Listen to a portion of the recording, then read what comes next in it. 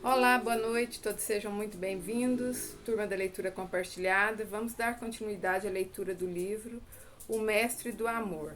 Jesus, o maior exemplo de sabedoria, perseverança e compaixão. Continuação do capítulo 10 com o tema O maior empreendedor do mundo. Os pensadores da filosofia sofreram por serem fiéis às suas ideias. Alguns foram presos e banidos da sociedade. Mas Jesus foi além.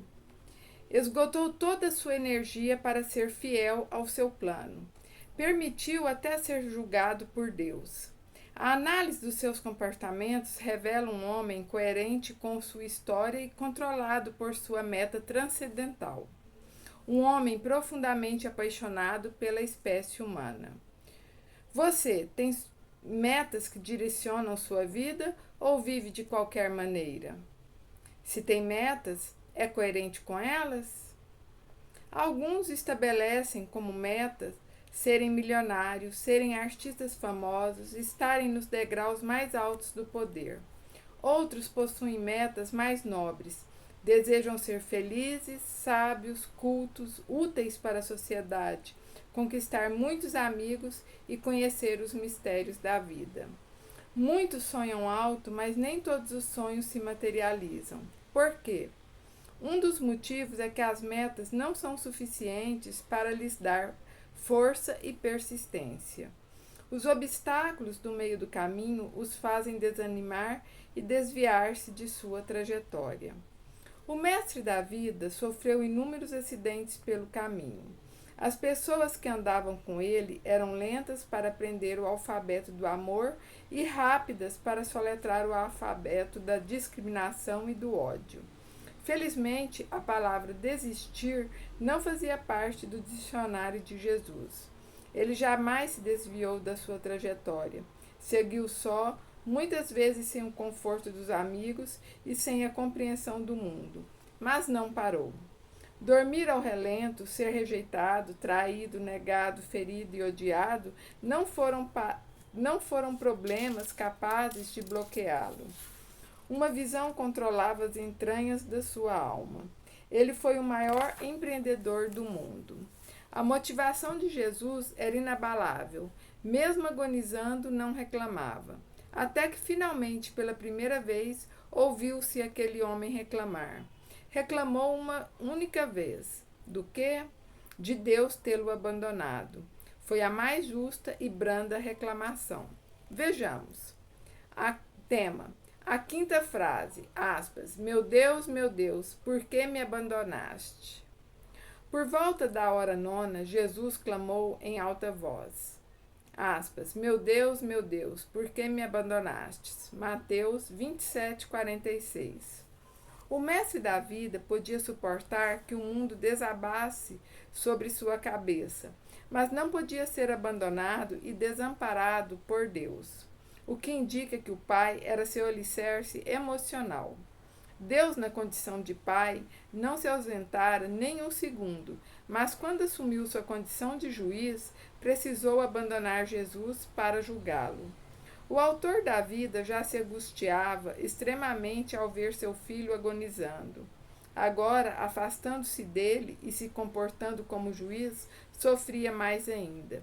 Teria de deixá-lo morrer só, sem nenhum conforto, sem a sua presença. Os últimos momentos da crucificação são um grande mistério. Jesus abandonou definitivamente sua condição de filho de Deus e assumiu plenamente sua condição de homem. Deus, por sua vez, deixou a condição de pai e assumiu a condição de juiz. Só aquele homem pregado na cruz poderia substituir a humanidade. Tal juiz só aceitaria que Jesus desculpasse a humanidade se ele fosse um homem capaz de amar incondicionalmente, de não ser controlado por pensamentos negativos, de colocar-se aos pés dos mais humildes para servi-los, de nunca usar seu poder para pressionar as pessoas ou obter qualquer vantagem, e que tivesse um comportamento sublime nos braços de uma cruz. Diariamente somos imperfeitos. Eu já desisti de ser perfeito. Todavia, Deus exigiu um comportamento do homem Jesus que jamais poderia exigir de qualquer ser humano. O mestre do amor estava literalmente morrendo. Tinha a boca profundamente seca, o corpo desidratado e ensanguentado. O volume sanguíneo era insuficiente para ser bombeado e nutrir as células. A fadiga respiratória se exacerbava. Respirava rápido e curto. Os crucificados ao seu lado deviam emitir sons altos e apavorantes. Contudo, ninguém ouvia Jesus gritar. Só a ausência do Pai o fez clamar. Não lhe pediu que o livrasse da cruz. Não lhe pediu alívio. Queria apenas a sua presença. O mundo escureceu. Seu sofrimento chegou ao limite do insuportável. Ele não gritou. Pai, por que me abandonastes? Por quê? Porque sabia que seu pai nunca o abandonaria. Se chamasse o pai, este poderia fazer a sua vontade. Mas Jesus chamou. Eli, Eli, lama sabachthani. Meu Deus, por que me abandonastes? Tema: clamando a Deus e não ao Pai. Uma das experiências mais dolorosas do ser humano é a solidão. Mesmo um ermitão precisa da natureza e das suas próprias fantasias para superar a solidão. A solidão da cruz foi um momento final da história de Cristo. Mas quem pediu para Deus desampará-lo? O próprio Jesus, quando disse, Pai, perdoa-os porque eles não sabem o que fazem. Autorizou seu Pai a assumir a condição de Deus e julgá-lo no lugar dos homens. Ao desculpar os indesculpáveis, o mestre do amor assumiu sua condição de Cordeiro de Deus, que eliminaria as injustiças humanas através do seu sacrifício.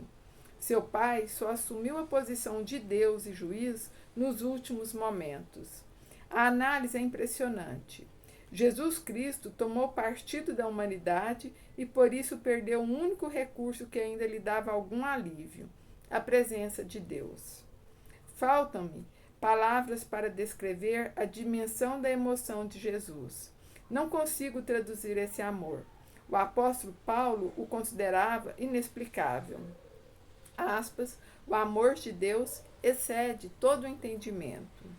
Como alguém pode amar tanto quem não o ama? Jesus estava morrendo não apenas pelas mulheres que choravam aos pés de sua cruz, mas também pelos carrascos que retiraram suas vestes, o açoitaram e crucificaram. Estava morrendo por homens que zombaram dele, que o trocaram por um assassino, Barrabás, e o consideraram o mais herético dos homens. Tenho comentado nessa coleção que seria impossível à mente humana criar um personagem com as características da personalidade de Jesus. As maiores evidências de que ele existiu não são arqueológicas, não são os inumeráveis manuscritos antigos, mas o território da sua emoção, no funcionamento extraordinário da sua morte. Deveria estar confuso, delirando, sem condições de raciocínio inteligente. Mas, por incrível que pareça, tinha tanta consciência do cálice que estava tomando que clamou a Deus como um homem e não como seu filho. Ofertava na cruz a energia de cada uma de suas células em favor de cada ser humano. Enquanto os homens o esbofeteavam, ele se calava. Enquanto o coroavam com espinhos, silenciava. Enquanto o cravaram na cruz, gemia sem alarde. Mas quando se sentiu desamparado por Deus, não esbravejou, mas chorou intensamente, sem lágrimas, pois estava desidratado. A ausência de Deus era uma perda inalculável. Tema: não um herói, mas um homem fascinante. Deus não era para Jesus um símbolo religioso nem um ponto de apoio para superar as suas inseguranças. Deus era real, tinha uma personalidade, falava com ele, alimentava-o com suas palavras. Que Deus é este tão real e tão intangível aos nossos sentidos? Os biógrafos clássicos de Jesus Cristo, que escreveram os 4 evangelhos, foram de uma honestidade impressionante ao descrever os últimos momentos do Mestre. Quem tem experiência na arte de interpretar pode perceber a fidelidade literária desses biógrafos. Por quê? Porque a descrição que fizeram não prima pela ostentação nem pelo exagero. Eles não maquiaram o personagem Jesus, não criaram um mártir ou um herói religioso. Se quisessem produzir um herói religioso, fictício, eles jamais reproduziriam nos evangelhos a sua súplica. Meu Deus, por que me abandonaste? Teriam escondido esse momento, pois aqui Jesus mostra o máximo da sua fragilidade como homem. Todavia, foram honestíssimos na sua descrição. Jesus era uma pessoa fascinante, mas sem Deus também não tinha sustentação. As frases que os autores dos evangelhos relataram perturbaram a mente e geraram dúvidas em milhões de pessoas ao longo dos séculos. Até hoje, muitos compreendem porque Jesus clamou. Muitos não compreendem porque Jesus clamou pelo amparo de Deus, se era filho de Deus. Não compreendem que na cruz ele se comportou até as últimas consequências como um homem. Embora gerasse confusão, o que ele falou foi relatado nos evangelhos. Falou pouco e com frases curtas. Não poderia proferir longas frases, pois estava ofegante, aflito e debilitado. Mas suas palavras escondem segredos difíceis de entender. O maior mistério que envolve esse homem fascinante é que vários aspectos de sua biografia já tinham sido descritos 7 séculos antes de sua vinda ao mundo. A descrição detalhada que o profeta Isaías fez do seu martírio desde que saiu da casa de Pilatos beira o inimaginável. Disse, aspas, como pasmaram muitos à vista dele, o seu aspecto estava muito desfigurado, mais do que qualquer outro homem. Era o mais desprezado entre os homens. Homem de dores que sabe o que é padecer. Verdadeiramente os homens de dores que sabem o que é padecer. Verdadeiramente ele tomou sobre si as nossas enfermidades e as nossas dores. Levou sobre si e nós o reputávamos por aflito, ferido de Deus e oprimido. Mas ele foi ferido pelas nossas transgressões e moído pelas nossas iniquidades. O castigo que nos traz a paz estava sobre eles. Isaías 53. Vou repetir. Isaías 53. Como pasmaram muitos à vista dele, o seu aspecto estava muito desfigurado, mais do que qualquer outro homem. Era o mais desprezado entre os homens. Homem de dores que sabe o que é padecer.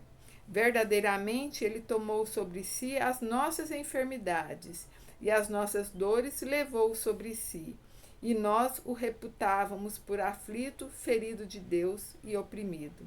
Mas ele foi ferido pelas nossas transgressões e moído pelas nossas iniquidades. O castigo que nos traz a paz estava sobre ele. Isaías 53.